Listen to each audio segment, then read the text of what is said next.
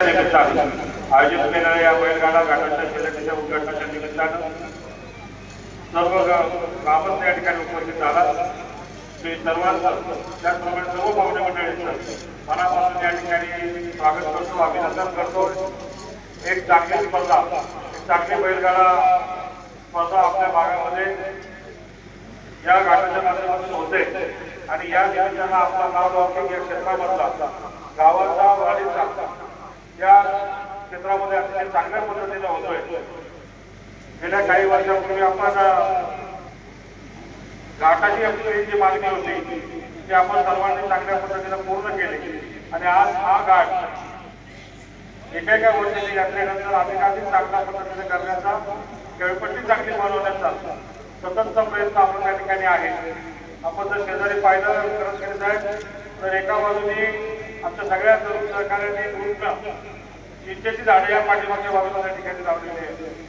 2 वर्ष अजून एखाद्या वर्षाने 2 वर्षाने पुढं मागच्याला मांडव टाकला होता।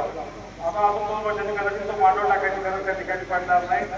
लोक सावलीत बसतील, गाडा पाहतील, सगळी मंडळी या ठिकाणी काही ना काही कामात ती त्या ठिकाणी नेहमी असतात। अतिशय या घाटावर बैलगाडा शर्यतीवर या क्षेत्रावर प्रेम करणारी मंडळी या सगळ्या परिसरामध्ये आहेत।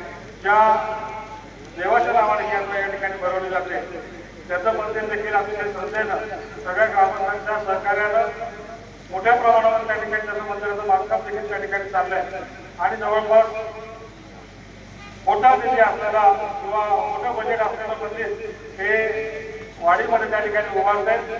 भविष्य काळामध्ये या परिसराचं वैभव त्या मंदिराच्या निमित्तानं आणखी त्या ठिकाणी वाढणार आहे आणि म्हणून अशा या अतिशय चांगल्या चांगल्या कामासाठी शुभेच्छा देण्यासाठी आपण सर्वजण आला। सर्वांचं मनापासून स्वागत। सर्व जवळपास 500च्या वरती टोकन या ठिकाणी झाले।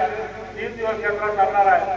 त्याच्यामध्ये अतिशय भाग घेतलेल्या सगळ्या लोकांचं मनापासून या ठिकाणी अभिनंदन करतो, कारण ती सगळी मंडळी आली नसते तर घाट किती चांगला झाला आणि बाकीचं काम किती चांगलं असतं तर शेवटी बैलगाडा मालकांचा सहभाग जर नसला तर त्या सगळ्या गोष्टी त्या ठिकाणी व्यक्त आहे।